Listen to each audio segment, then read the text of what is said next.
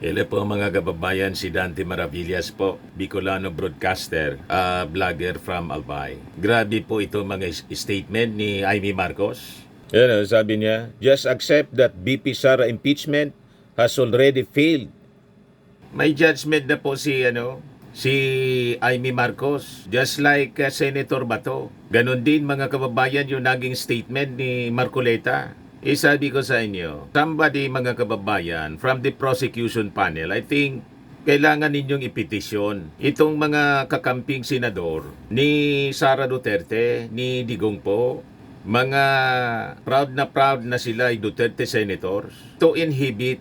Kung sila nga po mga kababayan, yung mga judges ng ICC, yung dalawang judge, initisyon po na i-disqualify, na umawak ng kaso. Pero anya Mr. Maravillas, di ba nireject yung petition? Nireject po kasi baseless. Yung mga ICC judges, hindi man po nagsasalita tulad ng mga senator judges natin, yung uupong senator judges, na talagang nagsabi na sila ng kanilang posisyon. Walang ganon sa ICC. So may basis po to disqualify or to petition, to file a petition against them, to inhibit from sitting as senator judges. Tama po, mga kababayan. But before natin pag-usapan, kasi kanina nag-press ko na rin po, may mga usap-usapan kasi, baka daw hindi na matuloy ang impeachment trial. Nagpa-press con mga kababayan si Senate President Chis Escudero. So mamaya, i-replay natin mga kababayan. But before that, dito muna tayo sa ating joke time para bawas tensyon. Tama po, bawas stress. Padala ni Bonkip. Kwento mga kababayan to ng estudyanteng si Baste. Pinatawag si Baste ng kanyang teacher po. Kasi tamad na mag-aral. Sabi ng teacher doon kay Baste, isama mo bukas yung parents mo dito sa eskwelahan. Gusto kong makausap. Sagot naman siyempre ni Baste, yes ma'am. So, kinaumagahan, sabi ng teacher, kayo pala yung tatay ni Baste. Ito kasing anak po ninyo, tamad mag-aral, kaya palaging bagsak sa mga grades niya. Sabi ng tatay, ikaw naman kasi Baste, ba't di mo gayahin yung kaklase mong si Bongbong? Masipag mag-aral at matalino. Sagot ni Baste sa kanyang tatay, kasi naman po, si Bongbong mana sa kanyang tatay. Matalino yung kanyang tatay.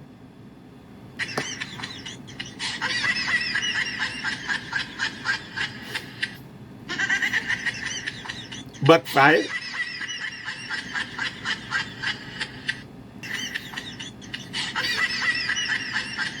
Kaya pala.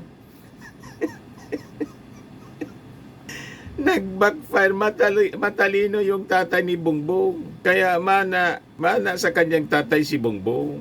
Si Baste, anak din sa tatay. Laging bagsak. Repeater.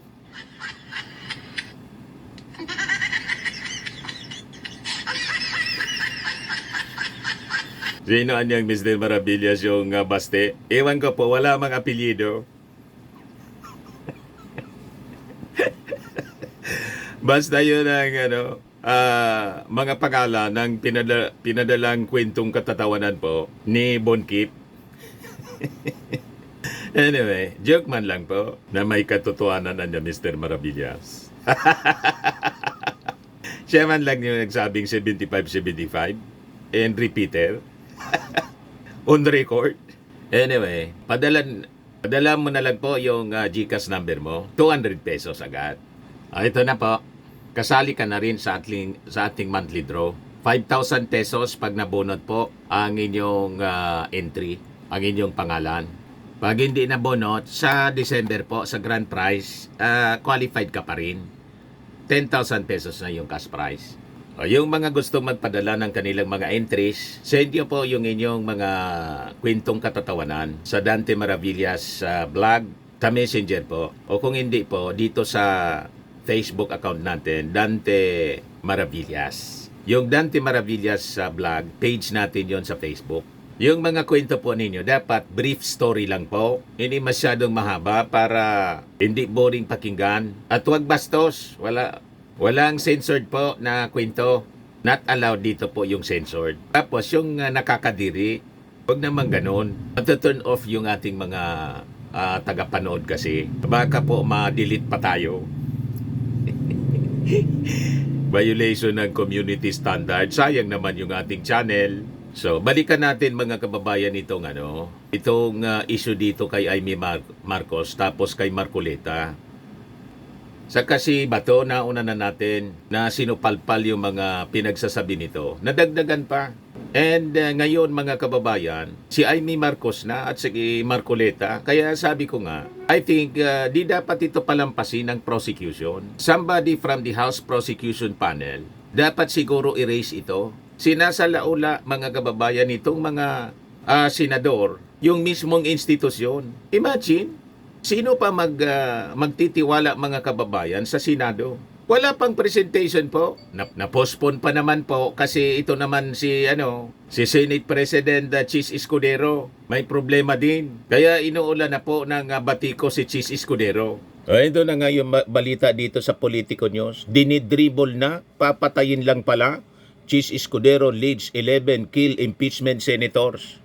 Sino-sino ito mga kababayan? Yan Nakikita ninyo yung mga pagmumuka. Ito yung mga perceived senators na posibleng bumoto para i-acquit si Sara Duterte. Pero ang mas matindi rito mga kababayan, yung mga nagsasalita talaga. Ito si Bato, very vocal siya. Si Bongo, si Robin Padilla, dagdagan pa mga kababayan ni Amy Marcos. Ang wala rito, si Marcoleta. Ito kasi, si Marcoleta kasi bagong senador. Ito, re-electionista, nanalo. Tapos si Bato, si Bongo. Mga incumbent senators. Yung panawagan po ni Chis Escudero na i-avoid yung mga pagsasalita, mga statements that could prejudge the case. Hindi man po pinapakinggan nila. Tingnan ninyo itong statement ni Amy Marcos mga kababayan. Nang pumunta siya kasama si Sara Duterte doon sa The Hague. Sabi ni Amy Marcos, just accept that BP Sara impeachment has already failed. Ito yung report ng GMA News. Re-elected Senator Amy Marcos said that the bid to remove Vice President Sara Duterte via impeachment has already failed amid the postponement of proceedings in the Senate. Para sa akin, yan ang importante. Makatulong sa tao at tigilan na ang pangunguna ng pampolitikang impeachment na yan, sabi po ni Amy Marcos. Pero sa kabilang banda, bakit inuurong yung impeachment? Tanggapin nyo na, talo na ang impeachment. Yun lang yun. Kahit ngayon, kahit sa Hulyo pa, talo na. Saan ka nakakitang senador mga kababayan na uupo na senator judges na daldal ng daldal? At lantaran mga kababayan na pinapangalandakan yung kanyang posisyon. Hindi na po naiya sa ating mga mamamayang Filipino na supposedly ang isang senator judge mga kababayan should be impartial. Pag ikaw Wes, hindi ka dapat dumadaldal ng dumadaldal. Lalo't yung kaso, uupo kang huwes. Ang nakita ninyo mga judges natin sa korte. Just like the senator judges. Hindi sila nagsasalita kasi hinihintay nila yung presentation ng mga ebidensya both by the prosecution and the defense. Yung posisyon ng judge nilalabas mga kababayan during the promulgation of the case. After hearing all the sides, after thoroughly evaluating all the evidences presented, doon pa lang sila po maglalabas ng desisyon kung acquittal ba o conviction. Pero tingnan ninyo ito, na mga Duterte senators, sumama na si Amy Marcos kasi inadapt siya na senador ng mga Duterte. Ngayon pa lang mga kababayan, may desisyon na sila. Payag kayo sa ganitong uri ng mga senator judges na uupo. Kaya tama po mga kababayan, yung komentary ni Yayam Dizon, isang Marcos loyalist. Basahin ko po sa inyo, i-share ko sa inyo. Saktong-sakto po. At ito rin mga kababayan, yung lagi nating sinasabi. Hindi nakatiis mga kababayan si Yayam Dizon, talagang nagsalita na siya. O ito, basahin ko po sa inyo. Sabi ni Yayam Dizon, Senator Amy Marcos is not just rubbing salt into the wound. She is taking a sledgehammer to the very foundation of justice and democracy. Her brazen declaration that the impeachment bid against Vice President Sara Duterte is talo na even before the Senate has convened the impeachment court is not only callous but also blatant mockery of the constitutional duty of senators to act as impartial judges. Correct po.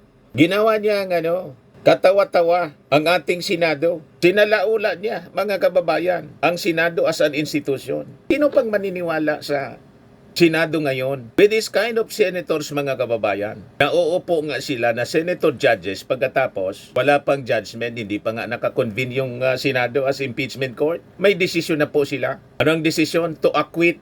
Napakalinaw. Talo na niya kayo.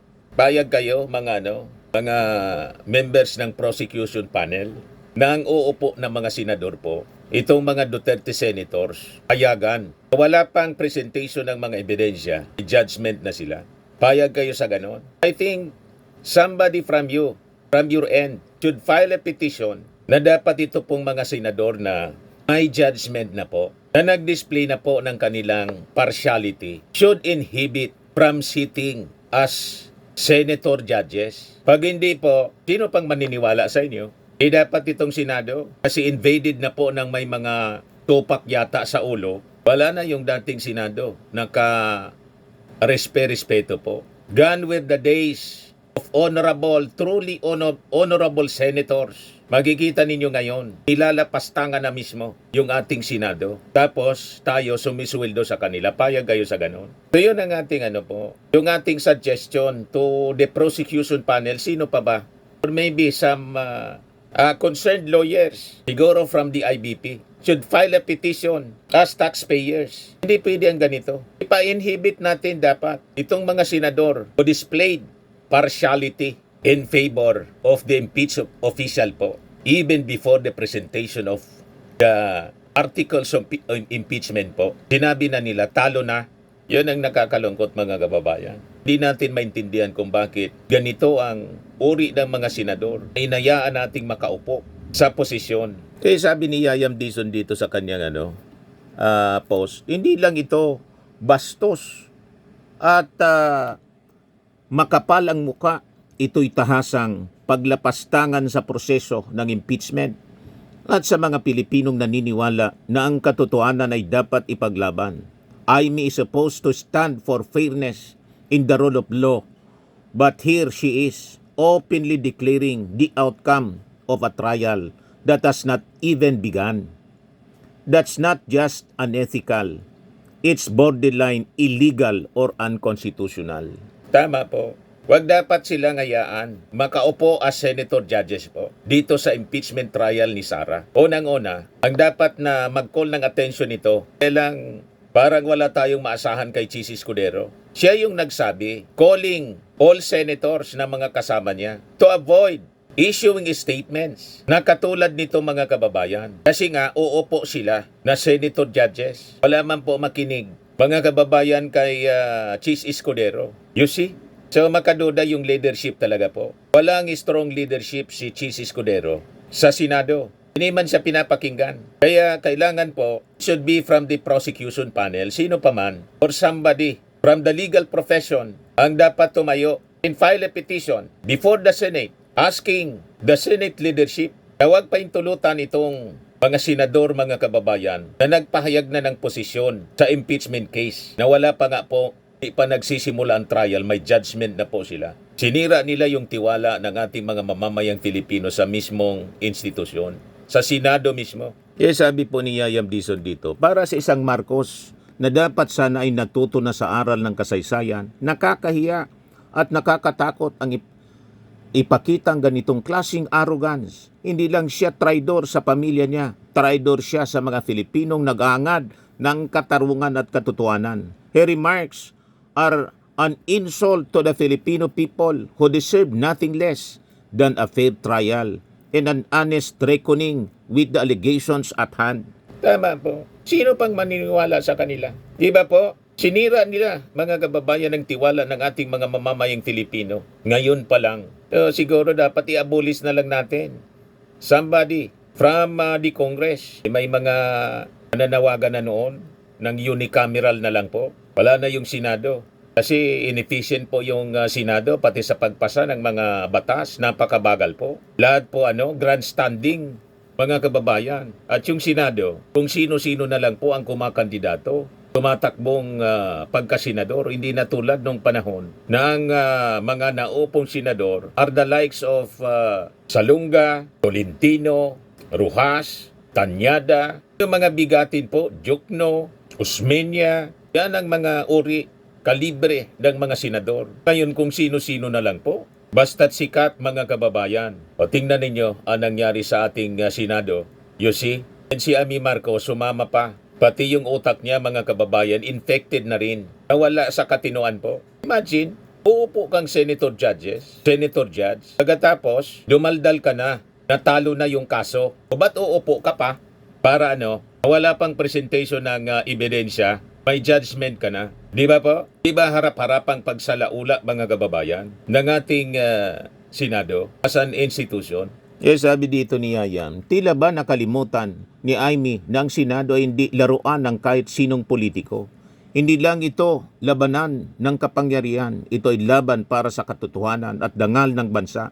Let her be reminded, the people are watching and they will not tolerate his blatant abuse of power. Maya ka naman kahit konti lang, sabi ni Yayam Dizon. Wala siyang recommendation na dapat pagpaintulutan ng Senate leadership itong si Amy Marcos to sit as one of the senator judges. Just like Bato Bongo, Robin Padilla. Ngayon po, sumama pa si Marcoleta. Ganon din po, abogado pa naman. Maintindihan natin siguro si Bato, si Bongo, hindi mga abogado si Robin. Nandun sila sa loyalty. Pati si Amy Marcos, di din abogado. Nandun sila sa loyalty not to the Filipino people but to the Duterte family. Kaya lang, dati nga ako dito kay Marcoleta. Sumama na si Marcoleta mga kababayan sa ganong uri ng pananaw. May posisyon na rin po siya. O ito po, sinabi niya doon sa dahig. Yun po ang nangyari.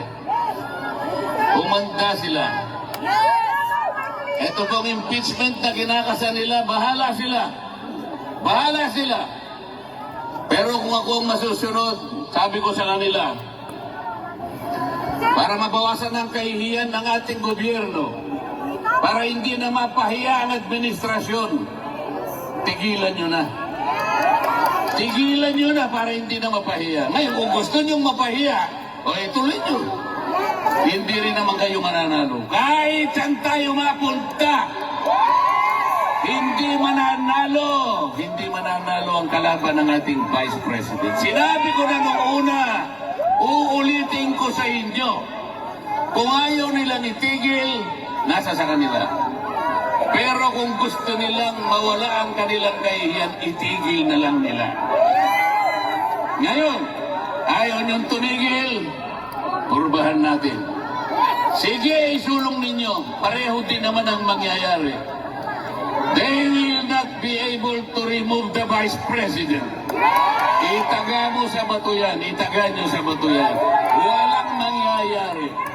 The Vice President will stay as Vice President. Malinaw po, for acquittal siya. Wala pang presentation ng mga ebidensya. Itong si Marcoleta, kasi abogado siya, he should sit not as a senator judge, mga kababayan, kundi as a lawyer, defense lawyer ni Sara. Pwede siya doon, pero to sit as senator judge, dapat isama po ito si Marcoleta sa dapat ipetisyon na dapat siya mag-inhibit as senator judge kasi may posisyon na siya, acquittal. You see? So ito yung nakakalungkot. Iwan ko sa rules ng Senado kung pwede yan. Na sitting senator siya, mag-inhibit siya voluntarily kasi hindi siya pwede na maging judge kasi may posisyon na siya. Then, he has to inhibit himself to sit as a senator judge and be a legal counsel na lang, a defense counsel ni Sara Duterte. Doon siya, parang yung sa Senado mga kababayan, gusto mo mag-sponsor ng bill. But you are the sitting Senate President or presiding officer. Kahit sa sangkuning panlalawigan, naging konsyal po ako kaya alam ko yung rules. Pag yung Vice Mayor sitting as a Vice Mayor sitting as presiding officer, may gustong i-sponsor na ordinansa o resolusyon, ang kailangan niyang gawin, inire-relinquish muna niya ang pagiging presiding officer. Then, sasama siya sa deliberation kasi sponsor siya ng ordinance o resolution. He has to defend the ordinance or resolution on the floor. So, bumababa muna siya. Nagpapahalili muna siya ng kung sino.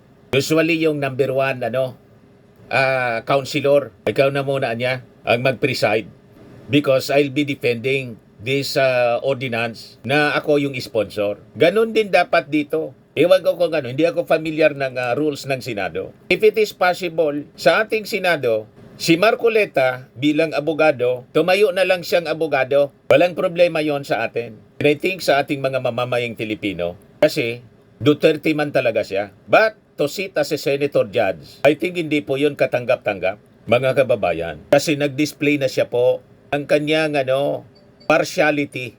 Napakalinaw po. Ganon din po si Bato, si Bongo, si Robin Padilla. And this time, mga kababayan, ang latest, itong si Amy Marcos. O ngayon, nagpa-press con si Chis Escudero. Kasi di ba yung mga mainit na usap-usapan ngayon, DOA na daw ang impeachment case laban kay Sara. Ito na nga yung balita dito. Dinidribble na, papatayin lang pala. Chis Escudero leads 11 kill impeachment senators. Senate President Chis Escudero is reportedly determined to bury the impeachment trial of Vice President Sara Duterte. A move seen by insiders as a calculated play to keep the Duterte bloc in his corner and secure his hold on the Senate presidency. Politico learned that at least 10 senators are backing Escudero's play, either as outright Duterte allies or fence sitters who'd rather not rock the boat. For starters, those known to be openly opposed to Duterte's impeachment are the PDP Laban Bloc, Senators Ronald Bato de la Rosa, Bongo, Robin Padilla, while Senator Amy Marcos had either vowed to fight the trial to the very end. Outgoing Senator Cynthia Villar and her son, Senator-elect Mark Villar, are also expected to side with Duterte, given the close ties between the family and the Dutertes. In fact, Duterte actively campaigned for Cynthia's daughter, Las Piñas Representative Camille Villar, who secured a Senate seat in the 2025 midterm elections. So yun mga kababayan, ang sitwasyon sa Senado. Sabi dito, Senator Sherwin Gatchalian and J.B. Ercito have expressed lukewarm positions on the impeachment, with Gatchalian posing for its postponement to focus on priority legislation. Ercito, for his part, said there's no need to rush the trial, describing it as divisive. Insiders told Politico that Senators Joel Villanueva and Jinggoy Estrada are also reportedly inclined to support shelving the impeachment trial. Escudero's announcement that the articles of impeachment against Sara will be read on June 11, the last session day before sine die, fueled further speculations that he's running out the clock. The timing conveniently lets the Senate focus on priority measures while leaving the impeachment case to languish. Pundits believe Escudero's move to shelve the trial is aimed at maintaining the Duterte's bloc support to keep his hold on the Senate presidency. For her part, Duterte has signaled she is ready for the showdown, saying she is eager for the trial to begin and describing it as a bloodbath. So, kung maniniwala tayo sa kwento ng Politico News, nasabi galing sa insider nila, lumalabas na pangsarili yung ambisyon ni pangsarili niya, hindi para po sa accountability. And this is, a very, very bad precedent. Pangsarili ni Chis Escudero. Ngayon, sabi ko sa inyo kanina, nagpa-press con si Chis Escudero. O, ito siya. Pakinggan natin yung parte ng kanyang sinasabi. It does not assure that the 20th Congress will parang pursue with the trial. Kasi magbibigas na mag-pursue. Anong tanong mo ulit? Walang assurance? Walang assurance na tutuloy ang trial ng impeachment sa 20th. Kasi may sabi niyo there is a possibility. Ang problema ko dun sa tanong na yun, kasi ang lalabas niyan, walang assurance na tutuloy eh. Hindi nga ganun yun. We cannot bind the subsequent Congress. That's all I'm saying. The next Congress can decide in the same manner or in a different manner. Hindi ko sinasabing walang assurance na hindi tutuloy. I'm not saying that, ha? You're asking questions within the realm of possibilities, eh. You're asking, posible ba? Hindi ko naman pwedeng sabihin imposible. Kasi posible naman talaga, but you cannot quote me and saying na posible hindi naman tuloy kasi hindi. In the realm of possibilities, everything is possible. But you also cannot assure that the trial will happen on the 20th Congress because they can decide. In the ordinary course of events, it should. Unless, magkaiba yung tutuloy kung gusto nila sa tutuloy kung ayaw nila. Hindi tutuloy kung ayaw nila. Magkaiba yun. Bakit magkaiba? In the ordinary course of events, it should. Unless they decide otherwise.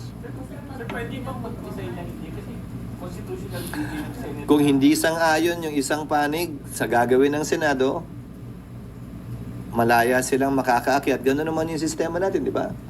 Whatever the Senate decides by a majority vote, if you disagree with it, you can question it before the courts. That's how our system works. Hindi naman ito nakukuha sa pilitan. Hindi naman pwedeng magbotohan ng Kamara para pwersahin ng Senado gawin ng isang bagay na ayaw gawin ng Senado. At kung sa tingin ng isang panig, may nilalabag kaming batas o probisyon ng saligang batas, karapatan nilang umakyat sa Korte Suprema at questionin ito. Pero sa ngayon, puro posibilidad lang yung pinag-uusapan at tanong ninyo. Sinasagot ko na nakita natin nangyari yan noon. Sa kalagitnaan ng impeachment, di ba? Noong panahon nga ni Pangulong Estrada, nag-withdraw yung prosecutors. Natuloy ba ang impeachment? Hindi. Sa dulo, in-archive na nga lang yun kasi ayaw na magpakita ng prosecutors. Pero ang must, sir, ang must is mag-convene kayo sa impeachment court before you adjourn. Kailan, anong year ba yung EDSA? 2001? O tamo, tapos nag-election din nun, nalala mo? So, hindi na pag-usapan kung tatawid dahil nag-withdraw na. Nag-EDSA at nag-withdraw na. Pero yung pinag-uusapan nyo ngayon, di ba? Tutuloy ba pag nag-resign? O bakit kung natanggal? Di ba nakatakbo pa nga uli si Pangulong Estrada? Kasi hindi nagdesisyon nun na hiwalay yung issue ng perpetual disqualification sa pagkakatanggal sa pwesto. So we're basically facing the same issues over and over again, but we've seen it happen already. So we shouldn't be surprised at some of the surprises we should be seeing in the next couple of weeks or months. Yes. It's a must na mag-convene kayo sa impeachment court para yung next Congress, doon sila mag-decide kung tutuloy o hindi. Yun ay sang-ayon sa rules namin. Sa pagkakaunawa ko din ng rules namin. Di ba nga opinion din ni Senator Coco, tutuloy ito hanggang sa susunod. Ang opinion naman ng iba ay hindi tutuloy. Di ba? Kanya-kanya ng opinion yan. Pero sa dulo, ang susundin kung may magmosyon sa bagay na yan ay ang mayoriya ng Senado. Yung hindi sang-ayon sa magiging pasya ng Senado, karapatan nilang umakyat sa Korte Suprema para bigyang linaw yung isyong ito kung may paglabag nga ba o wala.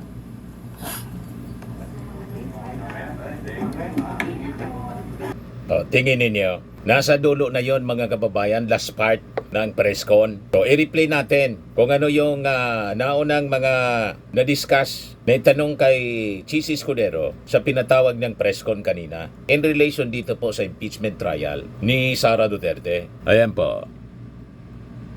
Bago kami magtapos sa ika-11 na Kongreso. Bagamat may nakaka-appreciate na priority na approval ng mga priority bills, but according to Senator Amy Marcos, the schedule ng impeachment proceedings, tagapin na daw ng talo na daw. Ang plenaryo ang dapat magpasa niyan. Klaro naman ang kanyang opinion at posisyon kaugnay sa bagay na yan.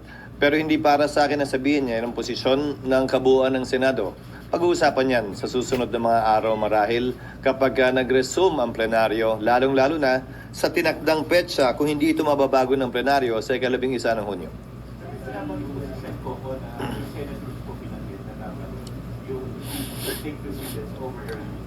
Pag-uusapan namin yan mamaya marahil dahil kapag ka naka-recess ang Kongreso at nakalagay sa Rule 1 ng impeachment rules ng Senado, Senate President ang unang magtatalaga ng schedule Pero hindi naman ibig sabihin na nakaukit na sa bato yun.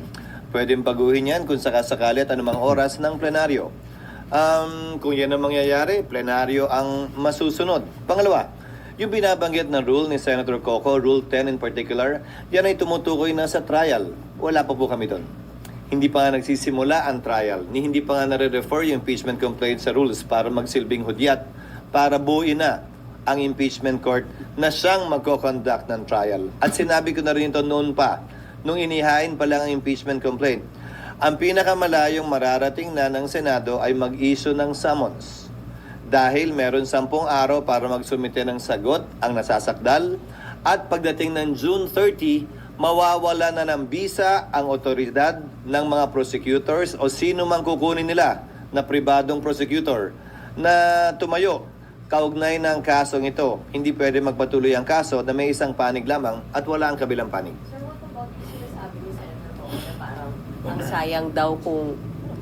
sayang daw kung na-convene na sana this week, may 7 to 8 days na nabigay na yung summons, nakasagot na si VP.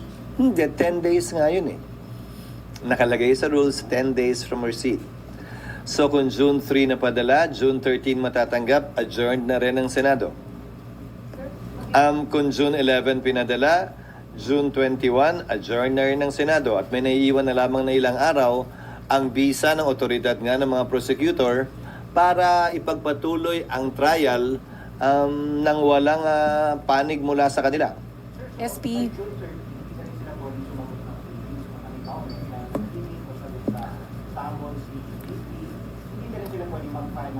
Hindi, dahil tapos na ang kanilang otoridad at otorisasyon mula sa 19th Congress. Hindi tulad ng Senado na semi-continuing body pang maisasabi. Ang Kongreso nagtatapos ito pagdating ng June 30. At anumang otoridad na binigay, authorization na binigay sa kanila, magwawakas na rin yan ng June 30. Ang private prosecutors, kung may kukunin sila, ganun din. Hindi rin pwedeng lumampas ng June 30 dahil kung yung principal na nagbigay sa kanila ng authority by an agent, wala na rin dapat yun.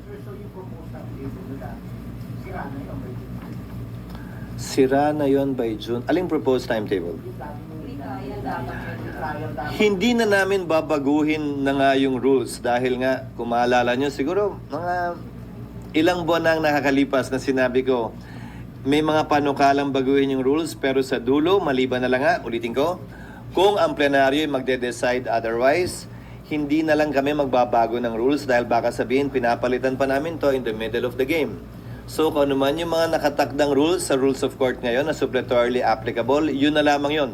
Dahil tiyak ko, ano man ang baguhin namin sa rules ngayon, may magre-reklamo at magre-reklamo mula sa isa o sa kabilang panig, citing quote-unquote, changing the rules in the middle of the game. Pero wala nang pre-trial starting June 30. Tama ba? Kasi nga, wala nang kinatawan mula sa kanila. So, ang pinaka pwede namin may padala, which is under the rules, bibigyan namin sila ng puwang na magsumite ng written interrogatories, which is part of pre-trial.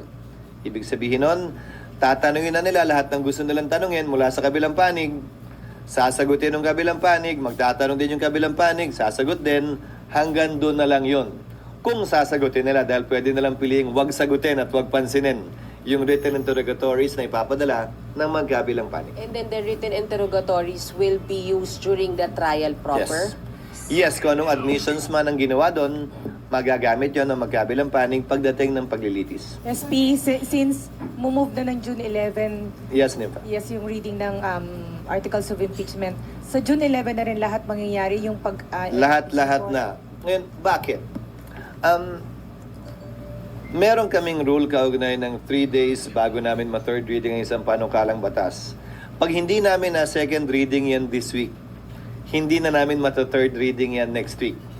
So time is of the essence insofar as passing certain bills are concerned na para mahabol yan sa 19th Congress. Kumbaga, yung pwede namin gawin ngayong linggo, hindi na namin pwedeng gawin next week kung gusto pa namin itong humabol. Sa kabilang banda, yung pag-issue ng summons, whether June 3 yan or June 11, pareho lamang naman ang epekto dahil yung panahong bibigay sa nasasakdal kay VP Sara para sumagot, babagsak na rin sa petsa na wala ng sesyon ang Senado at ang Kongreso. Sir, Kasi ang So, walang tatamaan, walang mapapaboran kaugnay nito. sa point ni Senator Pimentel, hindi naman kayo aabutin ng 1 o 2 oras sa pagpapabasa ng articles of impeachment during session at yung pagkukonvene ninyo as impeachment court kung matutuloy sana bukas. Hindi naman yan nalalaman pa kung anong mga punto ang i-raise ng iba naming kasamahan kapag binuksan at pinag-usapan na ito. Hindi pa nga nakaschedule para pag-usapan ito sa June 11 pa nga. Sa pagkakaalam ko, itatayo si Senator Pimentel para magtanong kaugnay nito. So hindi pwedeng sabihin ni Senator Coco na maikli lamang yon. Dahil ngayon nga, hindi dapat pag-usapan, mukhang pag-uusapan namin. So lalo na kapag yun talaga ang pag-uusapan, tinitiyak ko sa iyo, mas maraming sasabihin at mas maraming tatayo kaugnay ng iba't ibang punto sa bagay na ito. So, ano yun, SP, ibig sabihin, iwasan nyo yung mainit na debate dito na makakakonsume Hindi sa ko oras iniiwasan yung mainit, di ba? Ikaw naman, ikaw yung nagtanong. Unang maikli. Ngayon, ang sinasabi ko, hindi para sa kanya na sabihing maikli lang to o mahaba. Dahil hindi ko kayang pigilan sino man gusto magsalita kaugnay nito. Pero kapag ito'y nagsimula na nga, hindi na namin magagawa yung mga dapat sana namin gawin. Particularly, yung aaprubahan on second and third reading dahil yung ibang third reading kailangan pa ng BICAM. Kailangan pa rin ma-ratify yung BICAM. So, kailangan namin bigyan ng fighting chance man lang na maipasa ito. Ulitin ko, yung trial sa July 28 pa naman, 20th Congress, walang mawawala, walang madadagdag, walang mababawas. Pero itong mga second at third reading, malaki ang mawawala, malaki ang mababawas. Siguro naman, kapag papapiliin tayo sa pagitan ng dalawang pwede nating gawin o dalawang kaling tatahakin natin, doon ka sa mas may magagawa para sa ating mga kababayan. Pero definitely, SP, magkukonvene kayo as impeachment court. Otherwise, pag hindi kayo nag-convene before you adjourn, walang impeachment trial next Congress. Tama ba? Kasama yan siguro sa pagdidebate yan dahil ang dami ko nang napapanood na nagbibigay ng kani-kanyang opinion. Sa dulo, ano man ang opinion nila, miyembro man sila ng Senado ngayon o hindi, ano man ang opinion ko bilang tagapangulo ng Senado, sa dulo, ang susundin naming lahat, ang desisyon ng plenaryo, ng mas nakararami. The plenary of the Senate is the supreme body of the Senate. It gets to decide anything and everything. Although at first instance, it can be decided by the Senate President, but ultimately, it will have to be confirmed and affirmed or rejected for that matter by plenary. Talagang halata mga kababayan na dinidribble. May base itong kwento rito sa Politico News. Dinidribble na, papatayin lang pala. Yan ang pananaw mga kababayan sa ginagawa ngayon ni Chis Escudero sa Senado. Yung June 11, so ibig sabihin sa June 11, Asa na tayo? sir, isa na lang. Hindi Ibig problem. sabihin, sa June 11, babasahin yung articles of impeachment and then thereafter, magkukonvene kayo sa impeachment court. At doon din namin pagpapasan anumang mga motion kung meron mang gagawin, anumang mga objection kung meron man, anumang tanong kung meron man. Ang dulo nun ay magko-convene ng impeachment court kung yan na magiging pasya ng Senado at i-issue yung summons sang-ayon sa aming rules para bigyan ng panahon sumagot ang Vice President. Pero since So yung postponement to June 11, sa inyo lang po, hindi yung full time Nakalagay sa Rule 1 ng impeachment rules, if I may direct your attention, it only refers to the Senate President. The Senate President shall set the date when the prosecutors will present the impeachment complaint. Ngayon, initially, yung Senate President, tulad ng sinabi ko, but plenary can decide otherwise if they should decide to do so.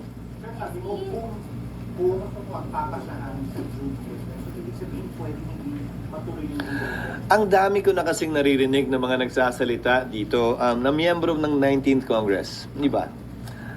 So, pakinggan natin lahat yung kanilang mga motion. Kabilang na yung binanggit mo kanina na sinabi ni Senator Amy. So, pakinggan natin lahat at sa dulo, pagbobotohan lahat yan ng mga miyembro ng 19th Congress without prejudice to the 20th Congress deciding otherwise or in the same light given the fact that the 19th Congress cannot bind subsequent Congresses or any Congress for that matter. Pero sir, would you insist na... Balik sa'yo, Nympha. Apo, sorry sir. Pero mag-insist kayo na mag-convene kayo sa impeachment court sa June 11? What do you mean by magi-insist, Nympha? Again, we will decide all of these things in accordance with what the plenary wants and in accordance with our rules. Yung rules namin, plenary din ang nag-decide nun eh. Tandaan mo ha, aaprubahan namin yung rules din. So plenary ang magde-decide kung anong rules ang i-approve namin at kung anong gagawin namin.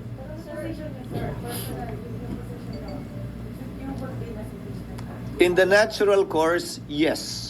Yun ang dapat mangyari. Unless, as I said, may mag-motion, may mag-object, magbotohan, in the end, plenary will decide. But that is what our rules provide. My answer is yes. June 11 SP. Men, Sir, yung June 11 SP, hindi pa talaga siya nakataga sa bato kasi pwedeng pang yung plenary magsabi na wag na mag-convince nakataga siya sa 11. bato in the sense na yun na yung panahon na darating ang mga miyembro ng Kamara dito dahil wala nang ibang petsa pang naiiwan. Huling araw na namin yun. But the convening, meaning pag nag-decide yung plenary na wag mag-convene sa 11, walang magko-convene. Ginawa yan dati ha. Nag-decide doon sa impeachment ni case ni Erap. Nag-decide sila i-convene 6 days after. Sa impeachment case ni Chief Justice Corona, nag-decide sila na wag mag-convene ng Disyembre, mag-convene na lamang ng Enero. So, may mga president naman kaugnay nun. Ang kaibahan lang nito, tatawid ito ng panibagong kongreso. Ulitin ko, ang 19th Congress, no Congress can bind subsequent Congresses. Hindi kami pwede magpasa ng tinatawag nating irrepealable law. Hindi kami pwede magpasa ng isang bagay na hindi na pwedeng galawin o baguhin pa ng susunod na kongreso. So anumang pasya namin ay binding sa amin, pero hindi binding sa susunod na kongreso. So wala nga kasiguraduhan yung June 11 SP. Kung bali mag-decide ang plenary today, na walang magko-convene sa June 11, then ma-overpowers for you. Kung mag-decide ang plenary today na hindi magko-convene sa June 11. Yes. In theory, yes, but I doubt that. I doubt that that will happen. Wala lang. I doubt lang. Hindi, duda lang ako na yun ang mangyayari dahil maliwanag naman ang tinatalaga ng rules maliban na lamang kung may maliwanag at klarong basehan at rason para hindi gawin yon. Pero sa dulo, pagbobotohan pa rin yan. But sir, nothing prevents your colleagues from saying, hindi na naman natin ito matatry, sasa na lang natin sa 20th Congress. Nothing prevents them, yes. As I said, nothing prevents anyone from making a motion, nothing prevents anyone from putting it to a vote, nothing prevents anyone from objecting, but ultimately, it will be debated and put to a vote. So ano yung Anyway, paulit-ulit naman lang yung mga tanong at mga kasagutan ni Chis Escudero. If worse comes to worse, mga kababayan, wag lang tayong mag-alala kasi sabi nga natin, itong impeachment po laban kay Sara Duterte, isa lang ito sa mga sword of Damocles hanging before her head. Hindi man matuloy, halimbawa, yun ang worst comes to worst, o matuloy at makwit si Sara kasi ang dami niyang kaalyado sa Senado, kahit malakas yung mga ebidensya, mayroon pa naman pong DOJ. May kaso siya, mga kababayan, sa DOJ. Once na-file yun sa korte, the same case po, yung nakapalaman sa articles of impeachment, yung Article 1, grave threats, inciting to sedition. O diba, may preliminary investigation na, may kakaharapin pa rin siya na kaso. Halimbawa, lumusot pa siya doon. May isa pa, mas malala nga po, yung crimes against humanity, tulad ng kaso, laban sa kanyang tatay. Ang sangkot doon, hindi lang mga kababayan si Sara, pati si Bato, si Bungo, and other officials to the PNP ng previous administration. Yan po, issuance ng warrant of arrest. So maraming problema, mga kababayan, na kinakarap si Sara Duterte. Hindi po ito persecution, kundi consequences ng kanyang mga maling aksyon,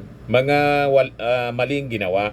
Tama po, mga kababayan. But anyway, sabi natin kanina, kung matuloy ito, kasi may mga doubts na, baka tigukin, mga kababayan, patayin na lang itong impeachment case laban kay Sara kasi ang dami niyang mga kaalyado sa Senado. So, subaybayan natin. At yun ang ating posisyon, mga kababayan. Somebody, tulad ng sinabi natin kanina, somebody from the prosecution, halimbawa, diretso pa rin itong impeachment trial. Itong mga senador, tulad ni Amy Marcos, ni Bongo, Marcoleta, Bato, Robin Padilla, dapat ito ipetisyon na mag-inhibit sila na maupo na mga senator judges kasi sila po may judgment na before pa na may magkaroon ng impeachment trial. This will be a mockery of the process. Mga kababayan, impeachment process, kung uupo pa silang mga senator judges. Tama po? At itong ating programa mga kababayan, atid sa inyo nitong ating mga sponsors. Fairmax, Firming and Lifting Cream. Pinapay po sa mga pulses in affected area. Mainam po ito sa mga pains at paninigas ng mga kaso-kasuan. Ito sa mukha naman yung application, anti-aging, Automax po siya. Ito ay Glow 60 mga kababayan. Whitening po siya. Made in South Korea. Ito naman po, Nengxia Red Mix Fruit Drink. Gawa po siya sa goji berry. May anti-cancer properties po siya. At sa mga nagana po ng malinis and spacious fitness gym, pumunta lang po kayo sa aming Colossal Fitness Gym. May Grab ka rental din po kami. At bills payment po sa aming office. At saka sa mga mahilig po sa mga imported bags, manood po kayo sa live selling ni Madam Aileen Rosales sa kanyang Aileen Closet po. Pati mga shoes, ito yung kanya po. Ito yung kanyang page. Kita ninyo, napakagandang mga online selling po siya. Si Madam Aileen Rosales. At cellphone number niya po, 773-798-7816.